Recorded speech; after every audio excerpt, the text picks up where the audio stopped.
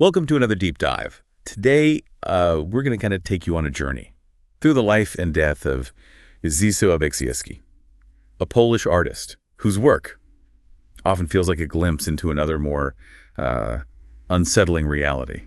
And we have a fascinating collection of sources for this one. News articles, online features, even a YouTube video, some of which we had to translate from Polish.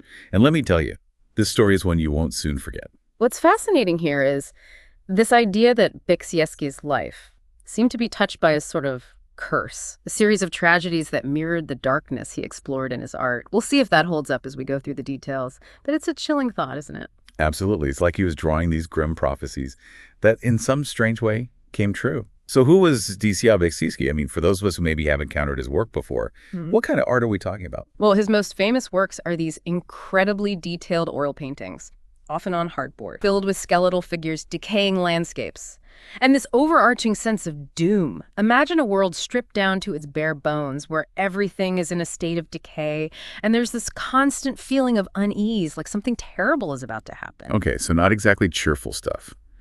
But there must have been more to him than just these dark images. Where did this fascination with the macabre come from? To understand that, we need to start at the beginning. Beksiński was born in Sanok, Poland, a town that would later house a museum dedicated to his work. Interestingly, his family had ties to the local Autosen bus factory. Not quite the artistic background you might expect, right? Definitely not what I was picturing. It just goes to show how complex people can be. You have this seemingly ordinary upbringing connected to a very practical industry. And yet, out of that comes this artist who creates these haunting, surreal worlds. Exactly. And his artistic journey wasn't a straight line either. Before those iconic paintings, Beksiński experimented with photography, capturing these incredibly disturbing images, twisted figures, contorted bodies, almost like he was already exploring those themes of decay and distortion.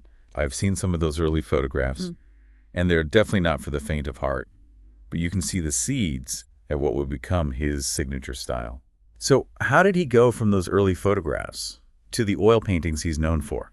He went through a phase of sculpture and drawing, always pushing boundaries, never shying away from the unsettling. It wasn't until 1964 that he really found his artistic voice with those oil paintings. And those paintings, they're not just visually striking, they create a whole atmosphere, a feeling of dread that's hard to shake. And the details are incredible, right? You said he was painting on hardboard. That must have required such precision. Absolutely. It wasn't just about splattering paint. These were meticulously crafted worlds. And within those worlds, you see these recurring motifs, skeletal figures, desolate landscapes, crumbling structures, all pointing towards this idea of inevitable decay.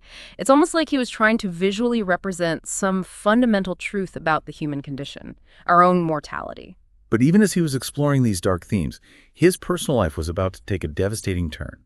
Am I right in remembering he had a son, Tomasz, who also had a connection to the arts? You are. Tomasz Beksiński was a fascinating figure in his own right.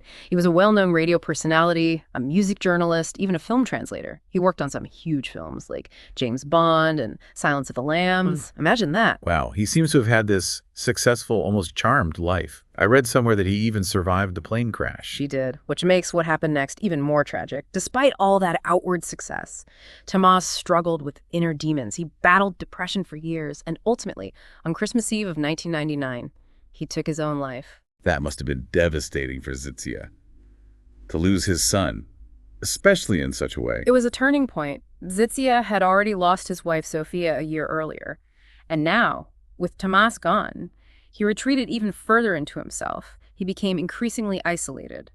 Turning his Warsaw apartment into a kind of fortress, he reinforced the door, installed a surveillance camera, and became extremely reluctant to let anyone he didn't know inside. It almost feels like that sense of isolation, of being surrounded by unseen threats, starts to echo the themes of his artwork. The darkness he was depicting starts to bleed into his reality. That's a really insightful observation. It's as though the lines between his art and his life began to blur. So even though Beksiński had created this fortress of solitude for himself, he couldn't remain completely cut off from the world, could he? He must have needed help with things. He did. And that's where things take another dark turn. He had a handyman, Zdzisław K., and his wife, Jolanta, who helped with various tasks around the apartment. But there was one person Beksiński was deeply suspicious of. Zdzisław's son, Robert. Okay, now I'm getting a bad feeling about this. Yeah. What did he suspect Robert of? Beksiński believed Robert was stealing from him. And as we'll soon find out, this suspicion would have tragic consequences. This curse seems to be deepening.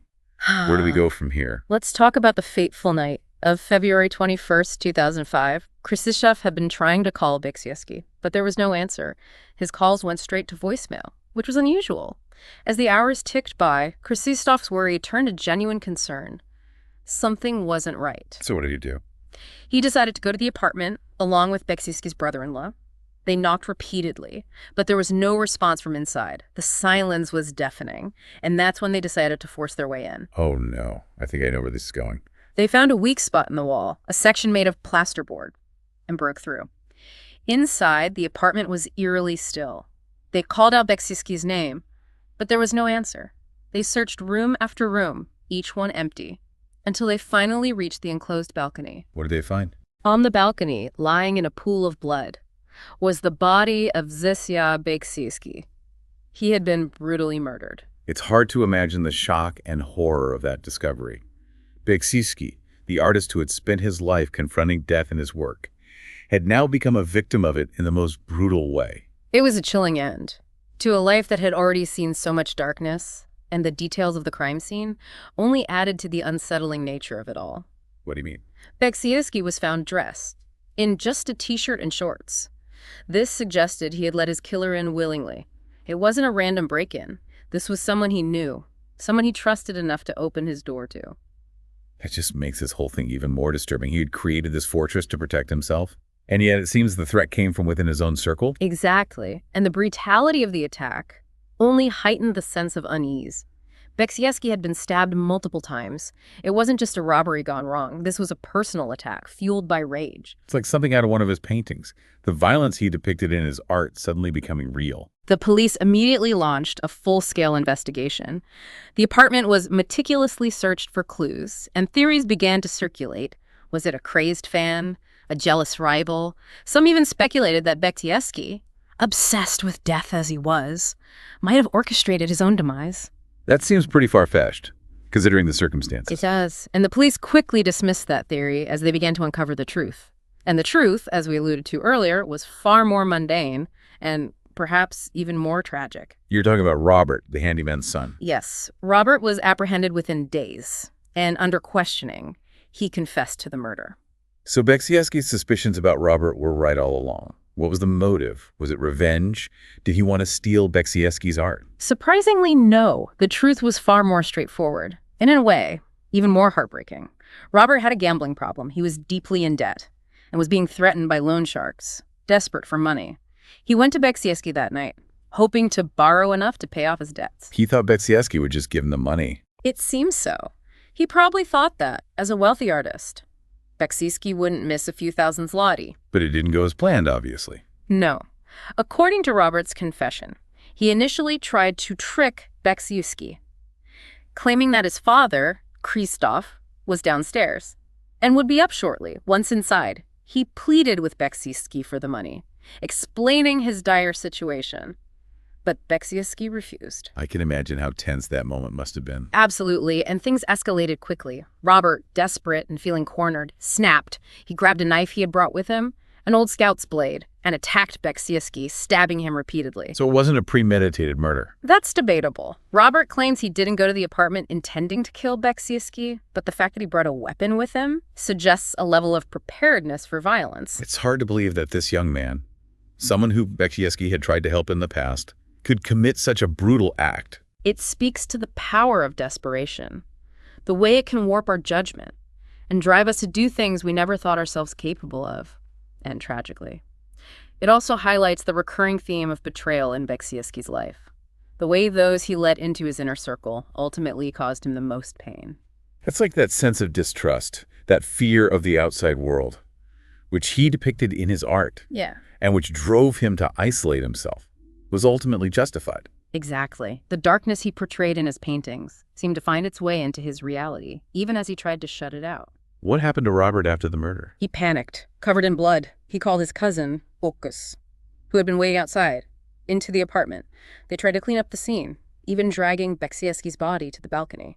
They stole a few items, a couple of cameras and some CDs, things worth very little, compared to Beksiński's valuable paintings, which they left untouched. Then they fled back to their hometown.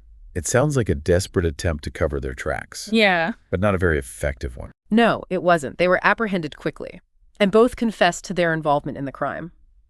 During the trial, Robert's lawyer argued for leniency, citing his young age and lack of prior criminal history, but the brutality of the murder and the fact that he had brought a weapon with him made it clear that this wasn't a simple crime of passion. What was the verdict? Robert was found guilty of murder and sentenced to 25 years in prison. His cousin Łukasz, who the court determined had played a lesser role but had still provided support for the crime, received a lighter sentence of 5 years. A grim end to a story that was already filled with so much tragedy. It's almost like the curse that seemed to follow the Beksińskis culminated in this final brutal act. It's hard not to see it that way. The echoes of his art, the themes of death, decay, and betrayal seem to reverberate throughout his life and culminate in his horrific demise. You know, we've talked a lot about the darkness in Beksiński's life and art, but I remember reading that people who knew him personally described him as a warm, even humorous person. It's hard to reconcile that image with the disturbing nature of his work.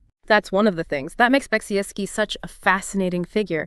He was a man of contradictions. He could create these incredibly disturbing images, yet in person, he was known for his kindness and gentle humor. It challenges our assumptions about the relationship between an artist and their work. It raises the question, was his art a reflection of his inner world? Or was it something separate, a way of processing his fears and anxieties? That's a question that art historians and psychologists continue to debate.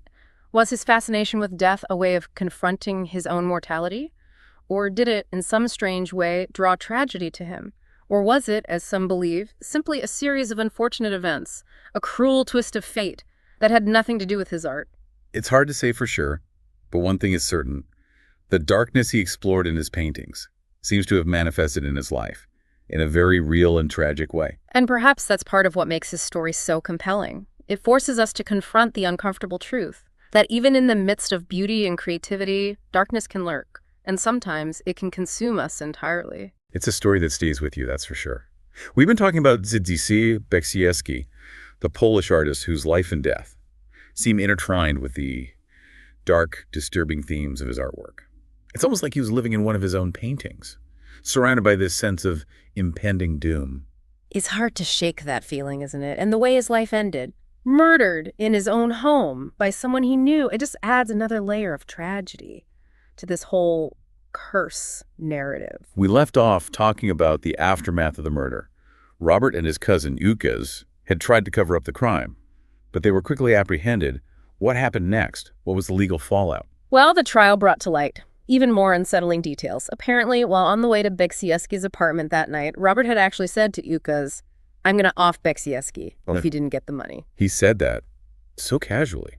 It's chilling to think. He could be so flippant about taking a human life. It speaks to his desperation, I think, but also perhaps to a kind of detachment, a disconnect from the reality of his actions. He was young, only 19 years old, and it seems like he couldn't fully grasp the weight of what he was about to do. And what about his cousin? What role did Łukasz play in all of this? Łukasz claimed he was just there to support Robert, that he didn't know Robert intended to kill Beksiński, but he stood watch outside the apartment while the murder took place. And he helped Robert try to clean up the scene afterward. So he was complicit, even if he didn't deliver the fatal blows. The court certainly saw it that way. Robert, as the one who actually committed the murder, was convicted and sentenced to 25 years in prison. Łukasz received a lighter sentence of 5 years for providing what they called psychological support to Robert during the crime. 25 years is a long time. It doesn't bring Beksiński back, but at least there was some sense of justice served. It's a hollow victory, though, isn't it? A life was lost, a brilliant artist silenced. And for what? A gambling debt. A moment of desperation gone horribly wrong. It all circles back to this idea of the curse, this thread of darkness that seemed to run through the Beksiński family. First, his wife, Zofia, dies. Then his son, Tomasz, commits suicide on Christmas Eve. And finally, Beksiński himself is brutally murdered. It's almost like a Greek tragedy, where fate has dealt them a terrible hand, and there's no escaping. the inevitable doom. And the echoes of those tragedies can be felt in his artwork, can't they? The desolate landscapes, the skeletal figures, the recurring imagery of death and decay. It's almost like he was anticipating these events, painting them into existence. Which brings us back to that question we've been grappling with throughout this deep dive. What is the relationship between an artist's work and their life? Can art truly foreshadow reality? Or is it just a reflection of the artist's inner world, their fears, their obsessions? There are no easy answers, are there? Some people might see Beksiński's story as a confirmation that art imitates life, that his dark visions somehow attracted tragedy. Others might say it's just coincidence, a series of unfortunate events that have been woven into a narrative of doom after the fact. And then there are those who knew him, who describe him as a kind, gentle, even humorous man. It's hard to reconcile that image with the bleakness of his artwork. Maybe. For him, art was a way to confront those darker impulses, to externalize them and keep them at bay. Maybe, or perhaps it was a way of finding beauty in the darkness, of exploring the existential questions that haunt us all. Life, death, the meaning of existence. Whatever the answer, Beksiński's life and work remain a powerful testament to the complexity of the human condition. He showed us that even in the midst of despair, even in the face of unimaginable tragedy, there is still beauty to be found. There is still meaning to be created. And that, I think, is the legacy he leaves behind. He challenges us to look beyond the surface, to explore the shadows, to confront the uncomfortable truths about ourselves and the world we inhabit. We've reached the end of our deep dive into the life and death of Zdzisław Beksiński. It's been a journey through darkness and light, through beauty and tragedy, through the tangled web of an artist's life and work. We hope this exploration has left you with more questions than answers, with a renewed sense of curiosity about the world and the mysteries it holds. And who knows, maybe you'll be inspired to delve deeper into Beksiński's art yourself, to get lost in those unsettling landscapes, to confront the darkness, and perhaps find a flicker of beauty within it. Until next time, keep exploring, keep questioning, and keep diving deep.